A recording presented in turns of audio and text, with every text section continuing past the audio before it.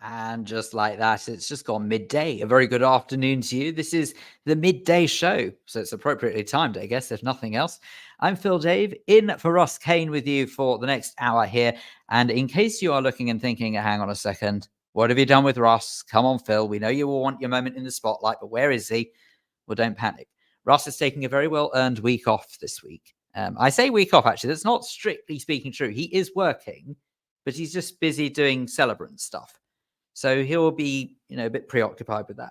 However, don't panic, because the truth is that not a lot else has changed. I do appreciate that Russ's absence will be quite a big miss in this program. But the good news is that pretty much everyone else is here.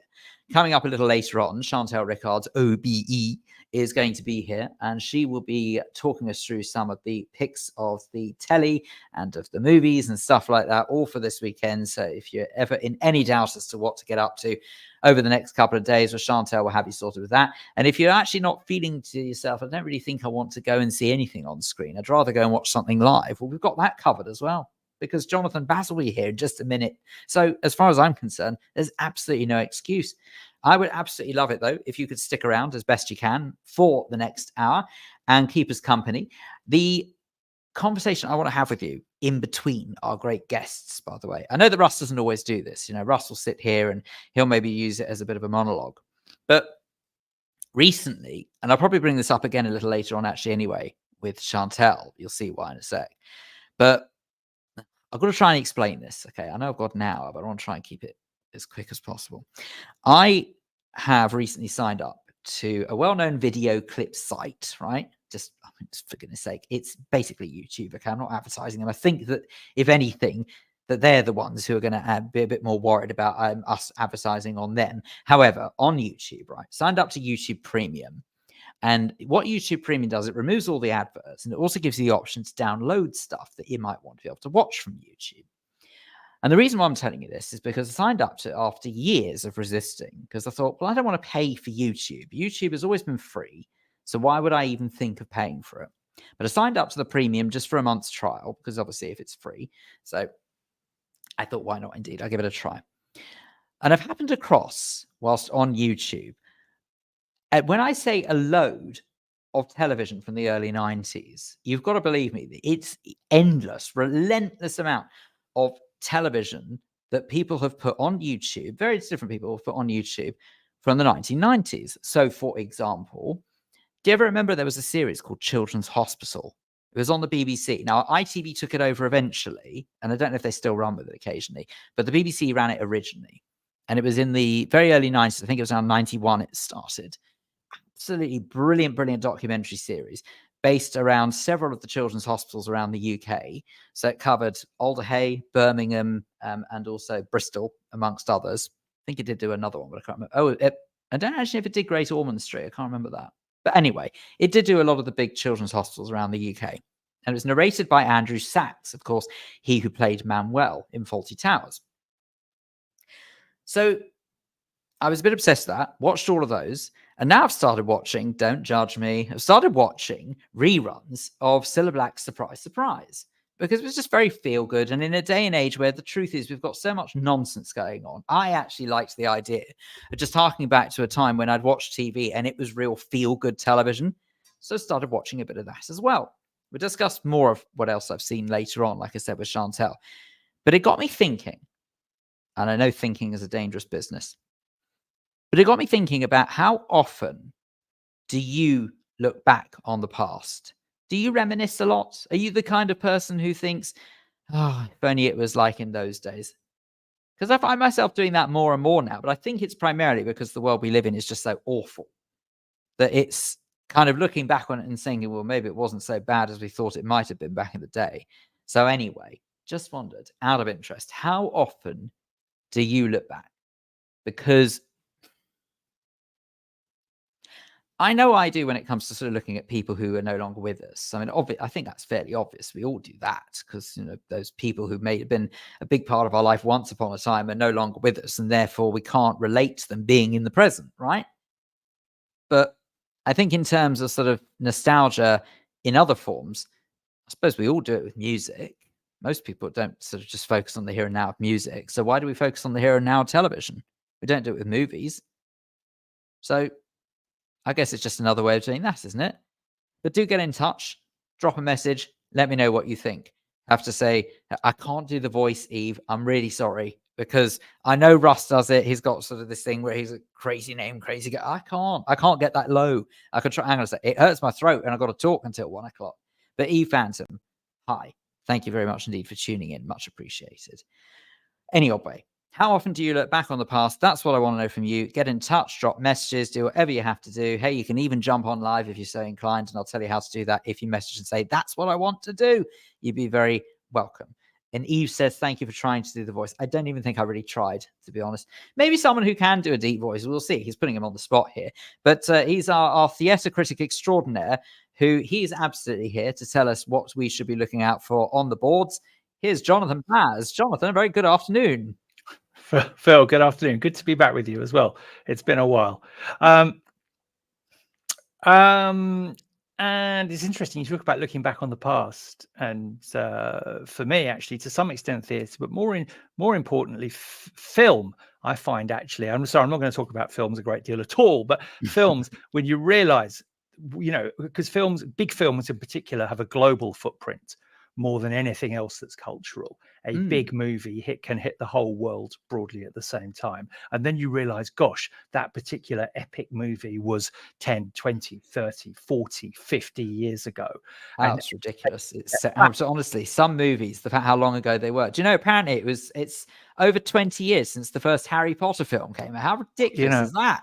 Yeah, absolutely. And that only seems like yesterday. and you can remember the impact of those movies when you saw them, and then you think, gosh, that was when that movie came out. So that, for me, actually is something that does have a looking back on the past angle. But looking back on the very, very recent past, which is some recent theatrical stuff and some future theatrical stuff to talk about today. First up is a event that I was invited to earlier this week, which was celebrating the launch of the new season of the National Youth Music Theatre, which is the NYMT is really, it's a fantastic institution, got some great alumni that's come out of it. Matt Lucas, Idris Elba, Jude Law, some amazing stars started off their careers in this charity. Well, it's a very highly driven, very technically excellent charity. It was. Can I ask a really ignorant question? Do they show off about this? Because if those names had been generated out of one of my organizations, I'd absolutely be shouting from the rooftops. And I don't think I realized that that's where they started. Any of those? Well, they clearly they're not shouting loud enough. But they do shout. Outrageous behavior. They do shout a fair amount. They deliver great shows from they audition across the country every year, and they take young people in broadly, I think, from early teenage years through their teenage years into very young adulthood. And the shows that they put on typically involving 2 or 3 weeks of rehearsal. That's it, over an intense summer period, all delivered and coached and rehearsed by professionals. Are fantastic, led for a good few years by a chap called Jeremy Walker. He's recently retired. There's a new chief exec in place, new creative team. But the quality of stuff that comes out of the NYMT is outstanding. And if you get a chance next season, when I know their season is going to include Fame and Carousel, typically in London, their shows are on at the Other Palace down in Victoria. Just one to watch out for in a few months' time. They're a fabulous charity, a fabulous organization. They do great work, and they really are producing some of the stars of today and of tomorrow. So wanted to mention that. I've got a lot of time and a lot of support for them. Shows that I've seen recently. Yes. Fly More Than You Fall is a new musical that's opened at the Southwark Playhouse this week. It stars, very much on a headline basis, Keala Settle. That's a name you may remember from, if you saw The Greatest Showman. Oh, yes. Okay. Yeah, the film or the stage adaptation? The film. Yeah. She was the bearded lady. Okay.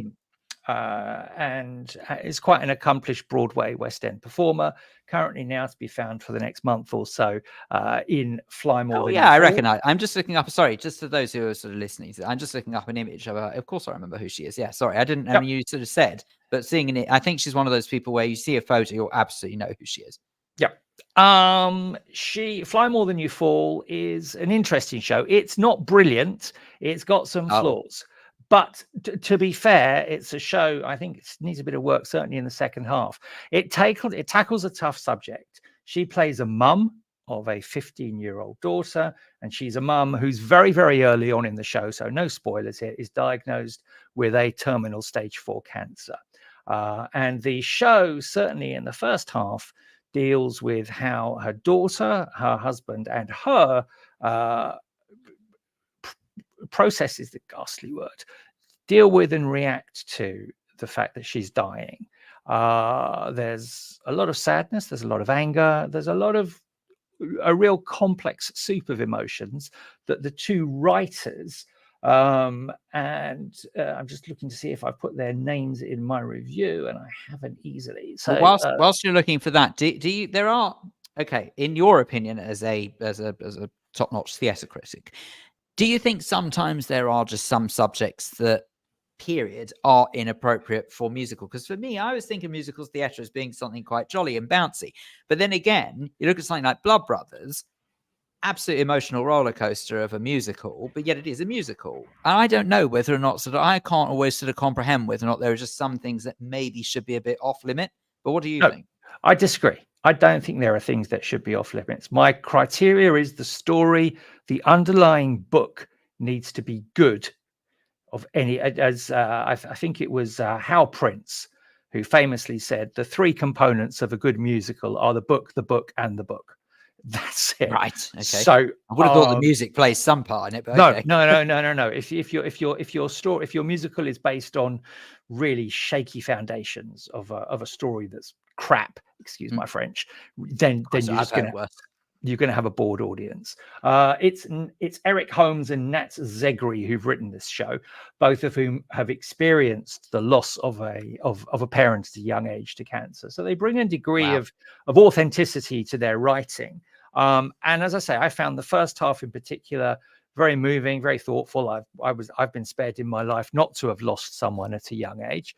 I found their writing to be poignant and perceptive. The second half, unfortunately, the mum who's ill in the first half dies during the interval, and the second half kicks off with her funeral.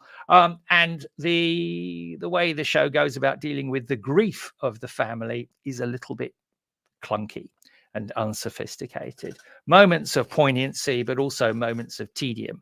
But when this show is good, it's very, very good.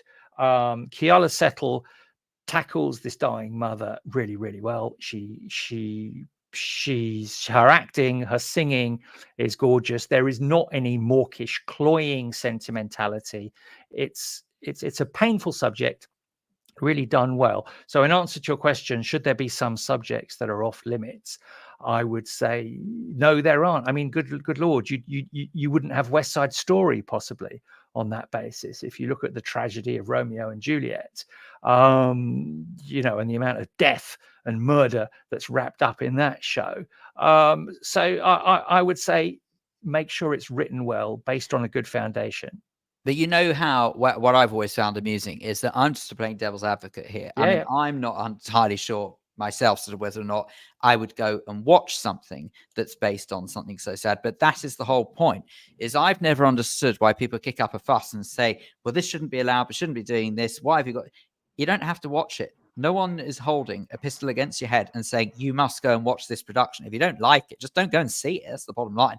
But it's exactly the same kind of way that I think that about television and film. And what we're seeing now is this sort of this gradual erosion of comedy from years go by that people used to find hilarious because they're terrified about it offending somebody. But exactly the same way that if the subject of a theatrical production offends you, don't see it. That's all you've got to do.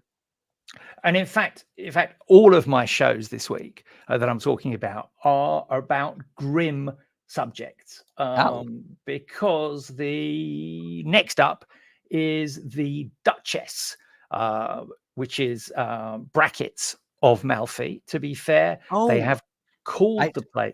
Yeah, I want to see this. Is this the one with Jodie Whittaker in? Correct. Yes, They've I do want to see called this. it the Duchess and then stuck of Malfi in square parentheses. So they've made it quite clear that it is not the Duchess of Malfi.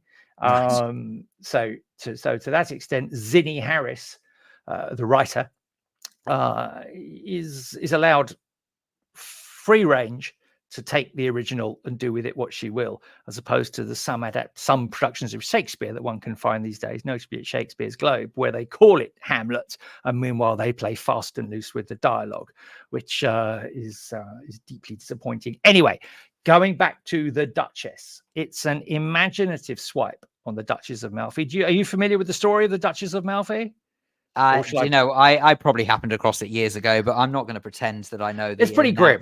So it's pretty grim. The story opens with the Duchess, who's a woman in her prime, recently widowed, and who is keen to continue to explore an active and romantic sexual life and life of love. But her two brothers, one of whom is a cardinal in the Catholic Church, are very, very concerned that she, in her romancing, will bring shame upon the family.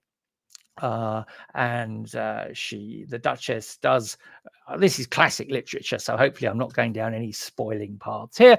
The Duchess does strike up an illicit relationship, indeed with a clandestine marriage.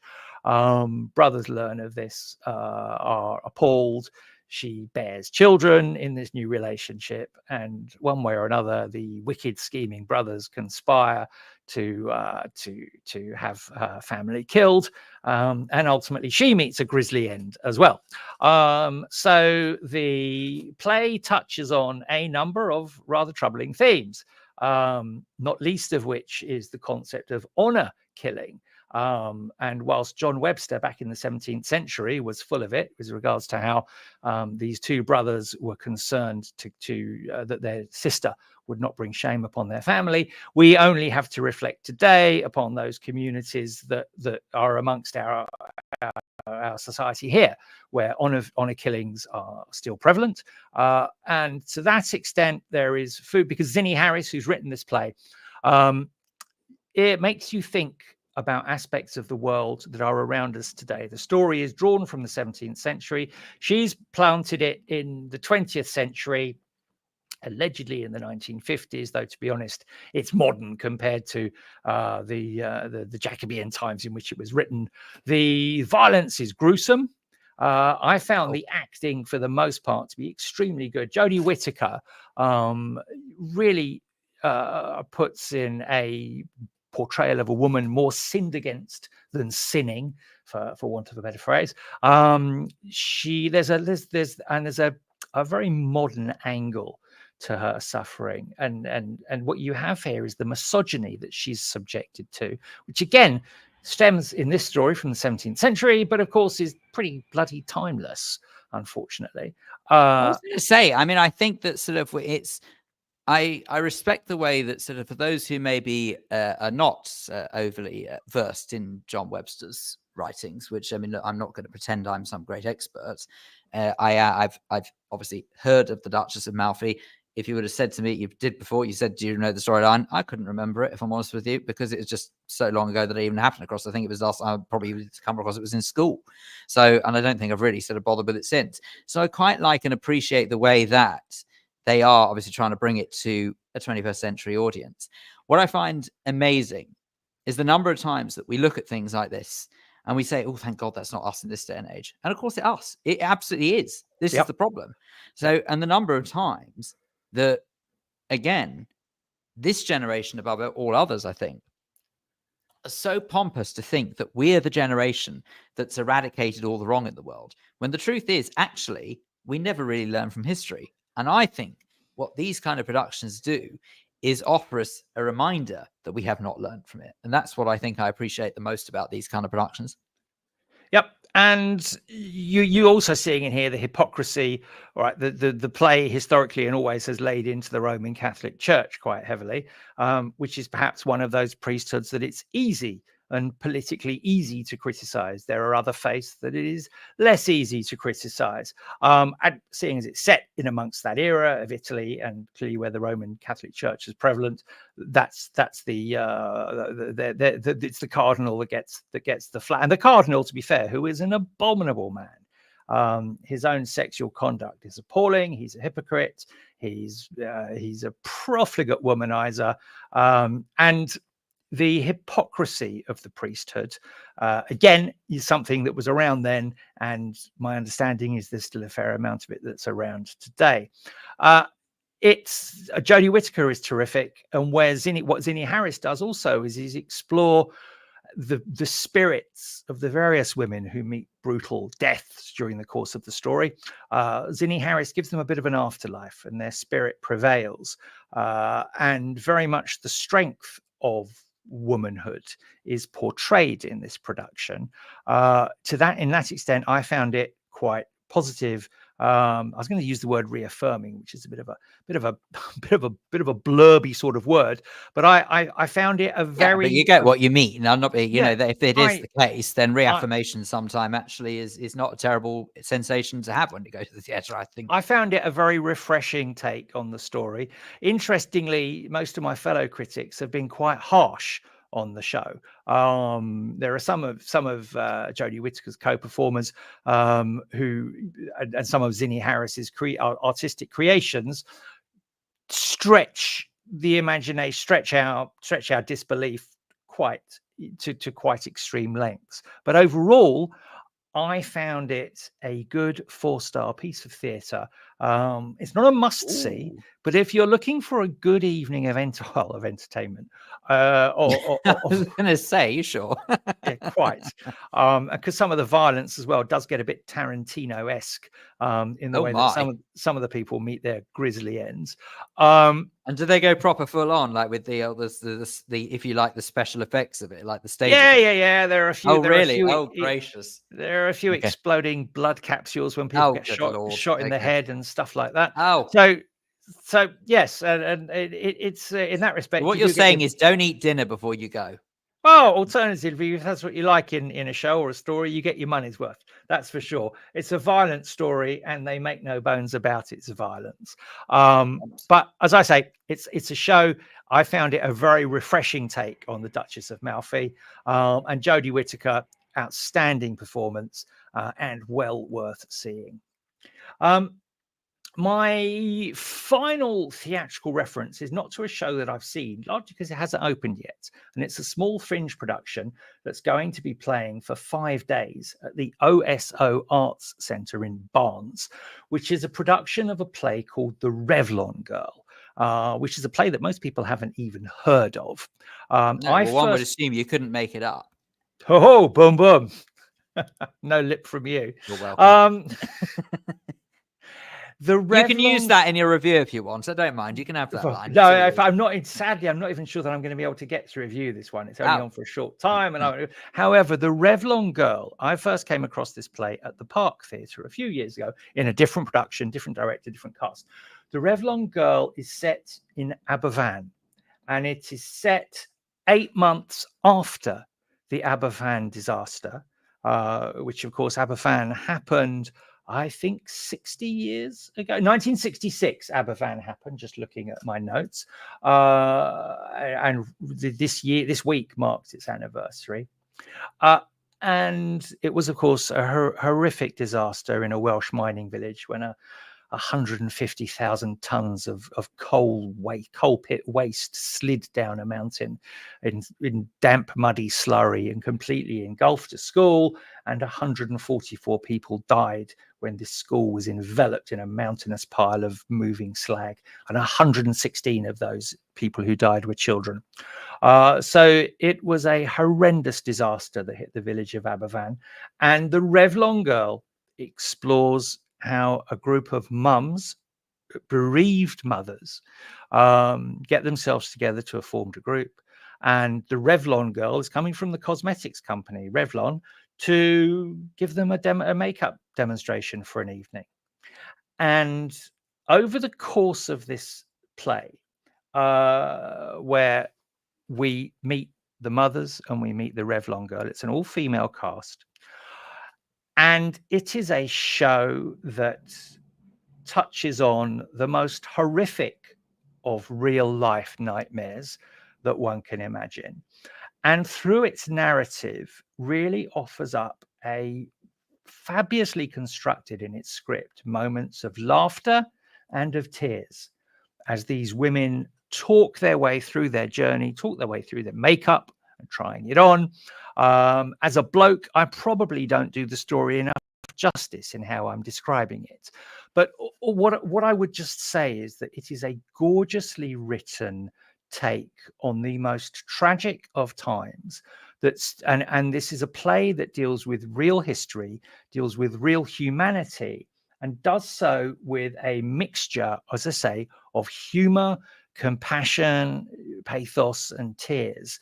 And if you're looking for, it's only on, as I say, for 5 nights. I think there may be a matinee in there somewhere from the 6th to the 10th of November.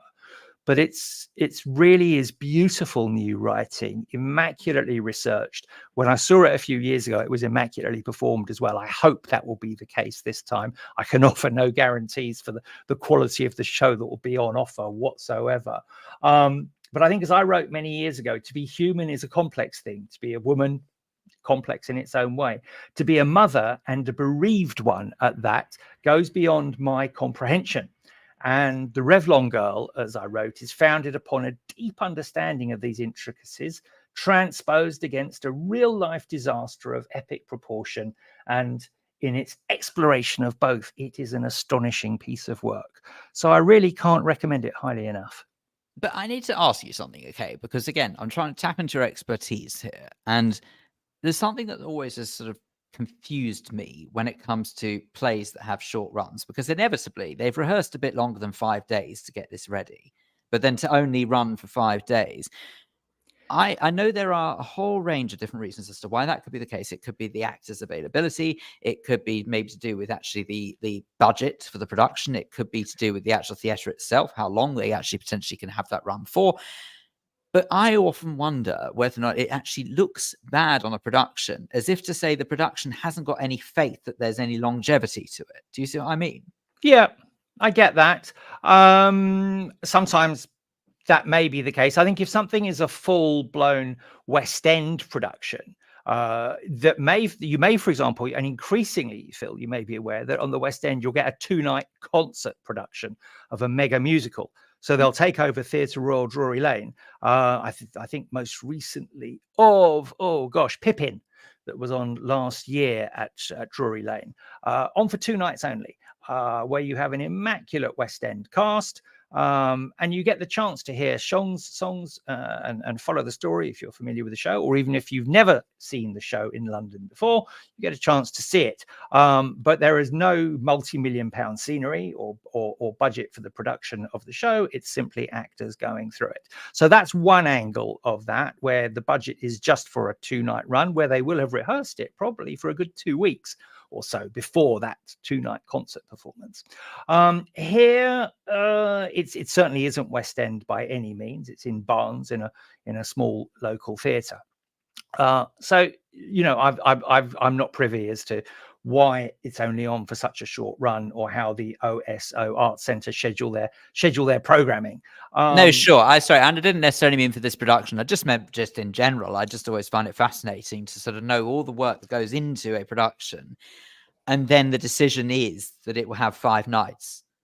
Yeah. Well, if that's what they've planned, that's what they've planned. And I have to say that the staging of the Revlon girl is such that it's set in a village hall in Aberfan, so the scenery demands are not huge, and the production costs are not enormous compared to some shows. But producers are producers. We learned this week that the show Why Am I So Single is closing early. It's closing in January. Oops, I didn't realize that. There you go. Have you seen it yet? I haven't, but it wasn't really on my watch list. I would say probably doesn't need to be on your watch list. I'm not completely surprised, if I'm honest. Yes. But Did you see 6? I have not seen 6. I do want to. Don't tell me that's going. No, 6 isn't, because of course, Why Am I So Single is written by the writers of okay. Six. Oh, right. Oh, no, that makes sense. No. But you know, Six is definitely on the watch list. I do need. Going back to the Hal Prince slogan of the book, which is the basis of a good musical, Six is about the six wives of Henry VIII. And whilst I've got a few reservations about Six as a show, overwhelmingly, overarchingly, it is a fabulous musical built around a really strong precept of the concept of the six wives of Henry VIII. And good Lord, there's a hell of a lot of meat in there to write some songs about and have a show. And the writers are witty. They tap into the zeitgeist of our times. The show's only an hour and a bit long, which also helps because it was written originally for the Edinburgh Festival, etc. Why Am I So Single is completely different, in my opinion, largely because it's not written about a book as strong as The Six Wives of Henry VIII. It's written about the writers of Six, who wrote this fantastic musical called Six, and then decided to write a rather introspective. Off the back of its success, they wanted to do a write about themselves. Now, right. Okay, that makes more sense. Okay. Maybe that does tap into Generation Z, who are looking at these show playing out on stage and thinking, "Oh my God, yes, that's me," etc., etc. I looked at this show, and whilst its song and dance was gorgeous, and a lot of money had been thrown at putting this show onto the stage, I really didn't care for its story at all. I was not bothered in why these two people are so single. And to be honest, the show... Jonathan, I have to say, speaking of, I'm afraid, low budget productions, I'm afraid that we only have time to not afford to pay you for half an hour. And the time has beaten us. But thank you so much indeed for your expertise as ever. Good to chat with you again. But we must bid you so long farewell. So enjoy whatever theatre you're up to in this coming week, and we hope to see you in a couple of weeks' time. Be well. Bye-bye. Oh, well, bye-bye.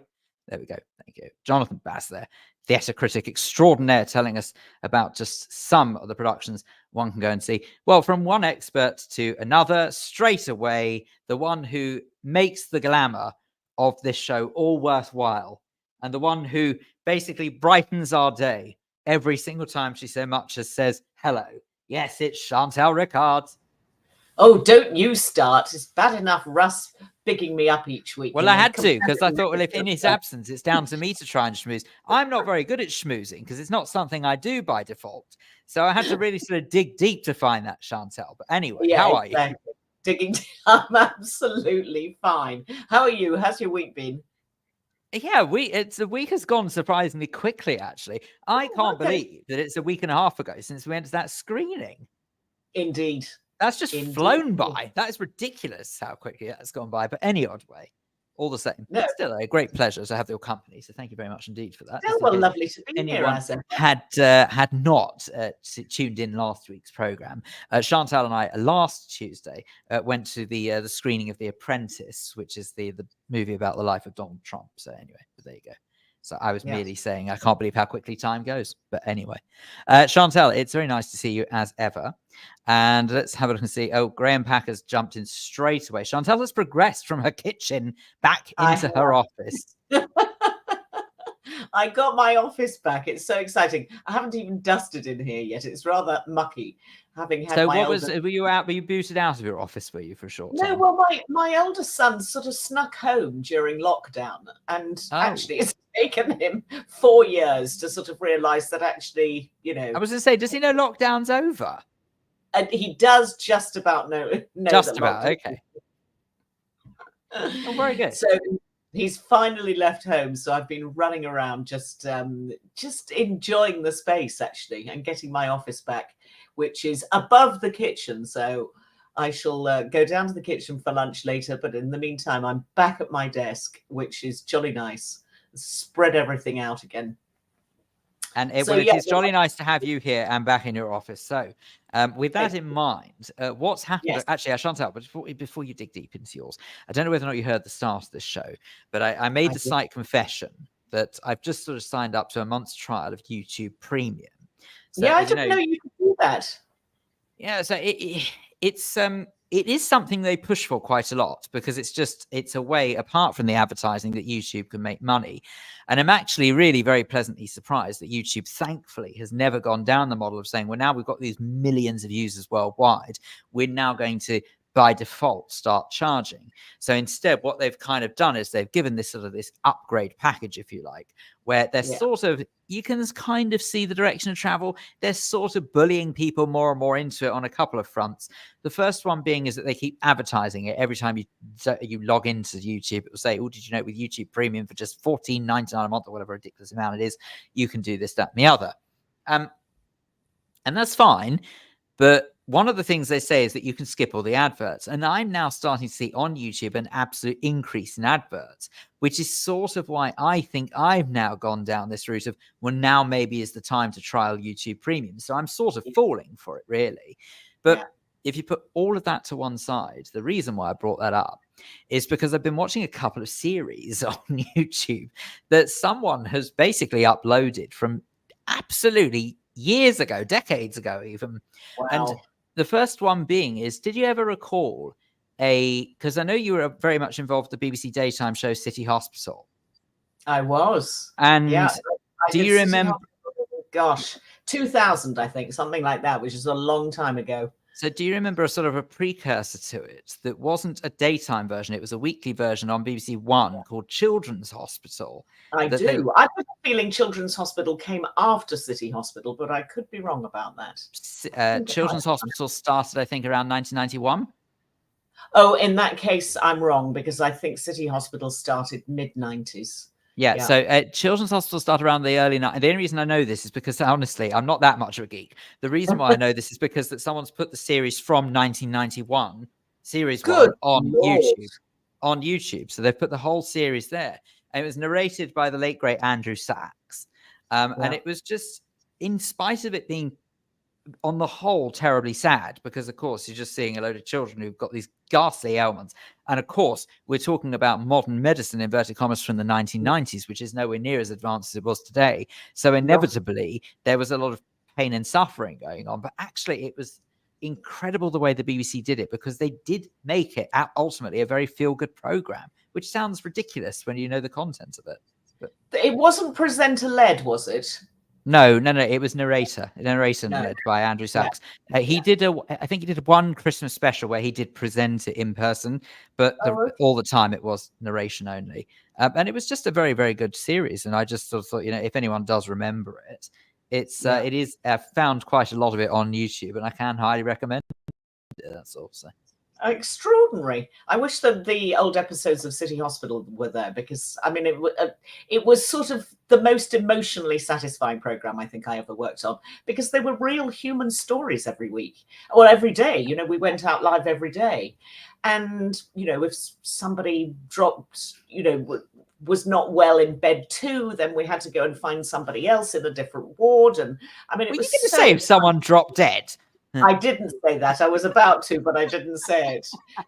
But there were moments that were a little bit scary, because we producers are that unsympathetic, I'm afraid. Sorry, it's all about the content. I can't help it. Someone calls in sick as I can't do the interview now. What am I supposed to do? I've got 15 minutes of the program now. I know, exactly.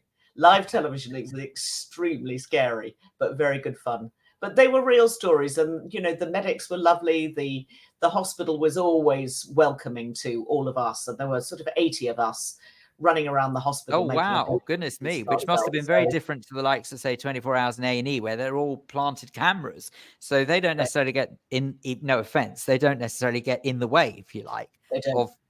But actually, it's sort of in terms of sort of the 80 people running around, must have been quite an addition to the already however many hospital staff. Yeah, it was good stuff. Well, enjoy Children's Hospital, because I'm sure there are lots of still wonderful stories out there to remember. Of course, all that you ever get left wondering, well, I do anyway, is where are they now? What happened? And of course, you'll never get the answers to those, because of course it was just filmed at the time. Yeah, sadly not that, but anyway, there we are. I suppose actually, do you know what? In some weird way, I don't know if I want to know. Because, so many of the children would have had life-limiting conditions. A lot of them would have been around my age if it was sort of Children's Hospital in the early 90s, and I was born in the mid-80s. You could well imagine that if, heaven forfend, I wasn't well, you know, it's one of the places I would have ended up. So, Yeah. and inevitably I did when I had pneumonia. So it kind of, you totally understand sort of that if it's people who should be around your age, if they are lucky enough to still be with us, it's quite a horrible thought, really. But yeah, absolutely. Well, I've got something with a medical theme that I'll talk about in a little while. It's not quite the same. No, not quite the same. No. But the first thing I thought I'd tell you about, really, this was as much for Russ as our audience who might like cozy crime too, because we know that Russ loves oh, cozy crime. sorry, he's not here. Sorry. We'll have to send him the list afterwards. But I finally caught up with Ludwig on BBC One, which started actually 4 weeks ago. And people keep telling me about it. And I thought, right, finally, I must sit down and watch this. It's a 6-part series with David Mitchell, you know, the comedian David Mitchell, who I've always liked. You know, Cambridge Footlights, he's clever, he's witty, but actually he's a pretty good actor. We saw him in Peep Show all those years ago, but somehow as a comedy character in that, you sort of didn't really appreciate his acting skills, but actually he's a very good actor. I don't know if he's got enormous range, but what he does is very good. You know, he hits his mark, he delivers his lines well. He's always got a, you know, a sort of cheeky look on his face, and he knows what to stick to. So, you know, I'm sure we're not going to see him doing Shakespeare, but he's very good in Ludwig. He plays the part of a twin brother. The other twin has disappeared, who was a police inspector in Cambridge, and the sister-in-law phones to say, your brother's gone missing, you better come and find him.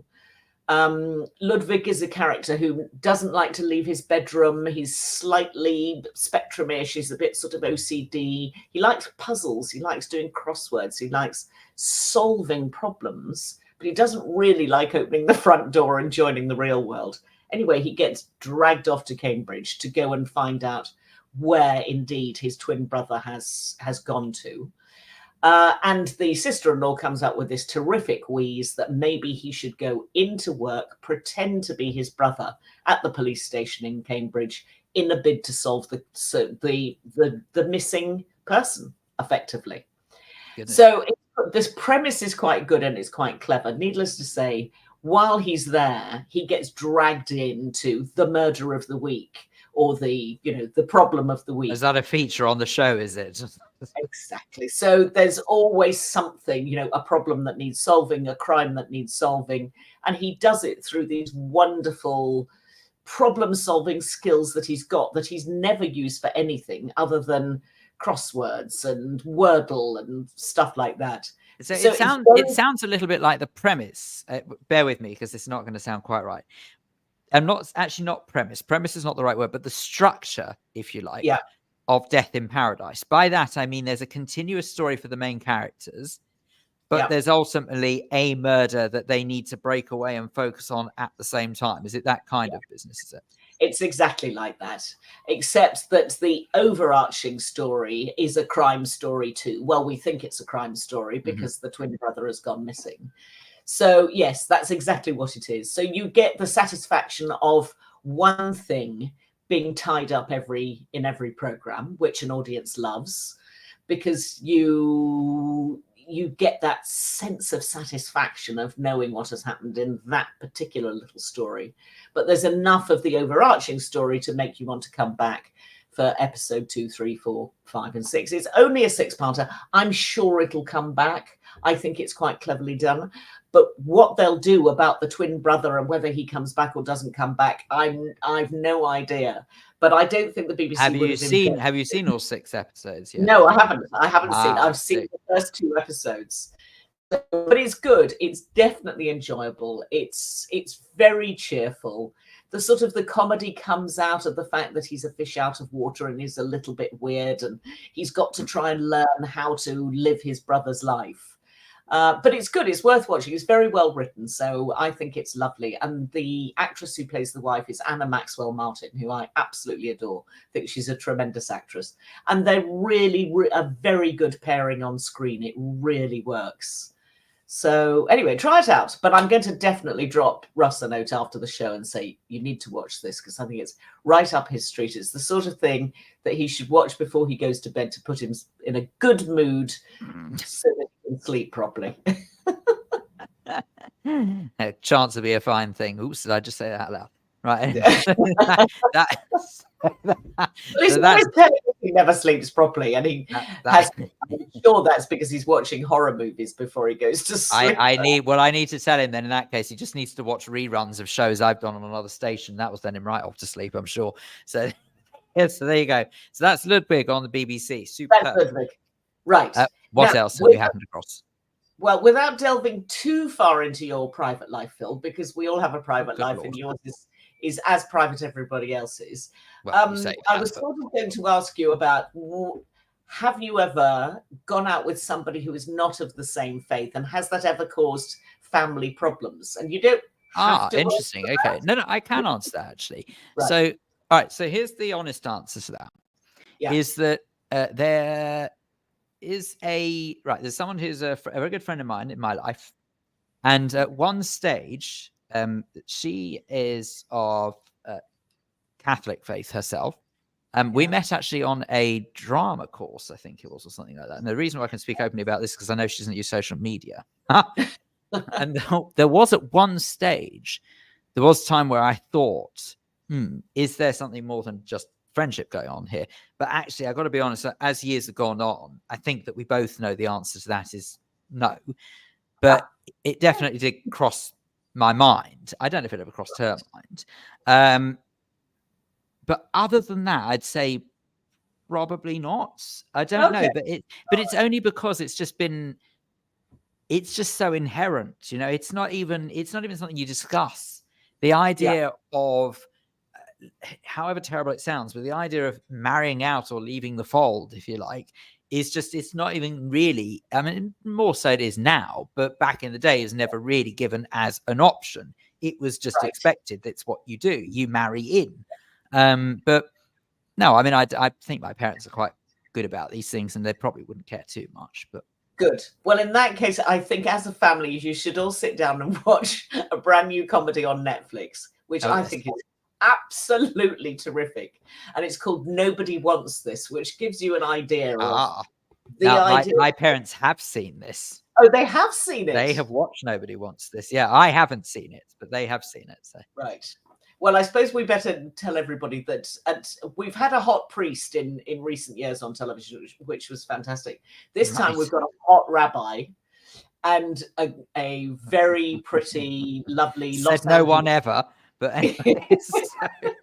No. Well, the girl involved in this story, who is not a Jew, she is, and actually her religion, she doesn't really have a religion, basically. And she spots this guy across the room. He has just come out of a long relationship that has broken up. They are clearly both young people in their early 30s, I would say. She's a successful podcaster in LA. And she talks about relationships. And she sees this guy across the room who, you know, we now know is the hot rabbi. It doesn't even occur to her that... I suppose it probably doesn't occur to many people. You look at a guy who's just wearing a sort of T-shirt and jeans across the room, and you don't automatically think, oh, he's probably a rabbi. Anyway, the relationship starts. All I can say is you so want this relationship to work out. And I've rattled through the first 4 episodes because it's beautifully done. It's absolutely beautifully done. The comedy's really snappy, but they're so right for each other. I'd love to know what your parents thought of it and whether they're actually enjoying it or whether they think it's, you know, somehow too close to the bone. No, or they... I don't know anyone who has watched it who doesn't rave about it. Oh, okay. Well, in that case, I'm glad. There must be something very good about it. I just haven't got round to it. I tell you what I'm going to do. I'm going to add it to the watch list now. So bear with me as we speak. Okay. Because otherwise I know what's going to happen. I'll forget. Adam Brody is the actor and Kristen Bell is the love interest. Yeah. So and the person who wrote it, and forgive me, I can't remember her name. It comes partially from her own experience because she was, I think, a Christian. Erin Foster. Correct. Saw this incredibly hot guy who turned out to be a Jewish guy, and their relationship sparkled.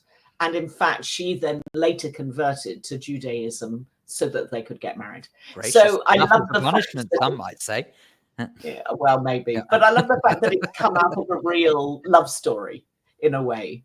So I'm very hopeful that this is going to be a sort of, a long running series, because I could just see this very happily settling on Netflix for the next 4 or 5 series. But Do you know, I have to say that to end just that it's very funny, when someone says convert to Judaism, I think that when anyone ever says convert to any faith, it can come across, you'd be forgiven for thinking it comes across as being a very easy thing to do.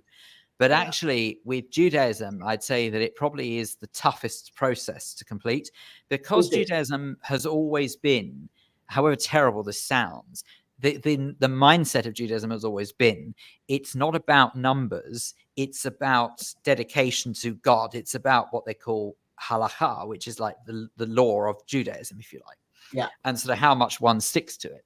So the conversion process itself is actually something that takes a couple of years to complete. And it really is a very, I'd say, like quite drawn out and quite, I think in some way, laborious process. But it's amazing. Those who do convert tend to be the most dedicated to their faith, because they've had to go through so much to get to it. And it's ironic that often those who are born into Judaism are normally quite lackluster. And of the people who convert to Judaism, is it more common for a woman to convert or for a man to convert? Oh, that's a good question. I genuinely don't know the answers to that. I have come across more women who have converted to Judaism than men, but I genuinely don't know. I'm not sure. The only reason I'd imagine that it's more likely for women to convert rather than men is because that a woman is seen as so central to the religion. At the core of a Jewish household is a Jewish mother, and if there's not a Jewish mother at the core of the Jewish household and the household isn't Jewish, then that sometimes means a lot to the father and his family, if you see what I mean. So I suppose that's what that is.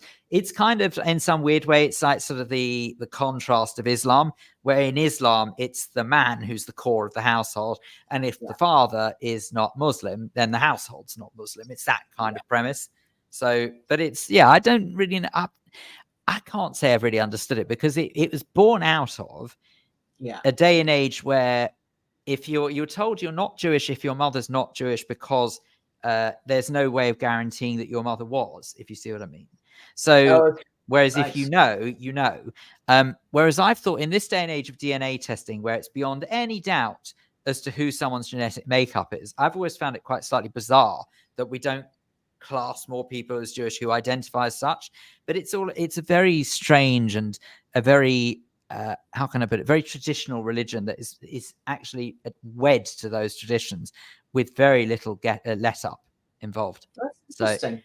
But anyway, sorry, I digress. There's a lot of comedy in this. In fact, I read one review which was extraordinary that said that this person had not seen such comedy coming out of that sort of, meet cute couple dynamic since When Harry Met Sally, which I thought was absolutely fascinating, because that's a compliment and a half. It is. And when you think that I think it was something like the end of the 80s when Harry Met Sally. Definitely, it was the late 80s. I'm sure of it. Just astonishing. I'm going to double check, but I'm fairly sure it was late 80s. But the actors are terrific. And of course, 1989. Okay, well, there you go then. There's obvious comedy that comes out of it, but the sort of fish out of water thing works always, really, as a dynamic for comedy.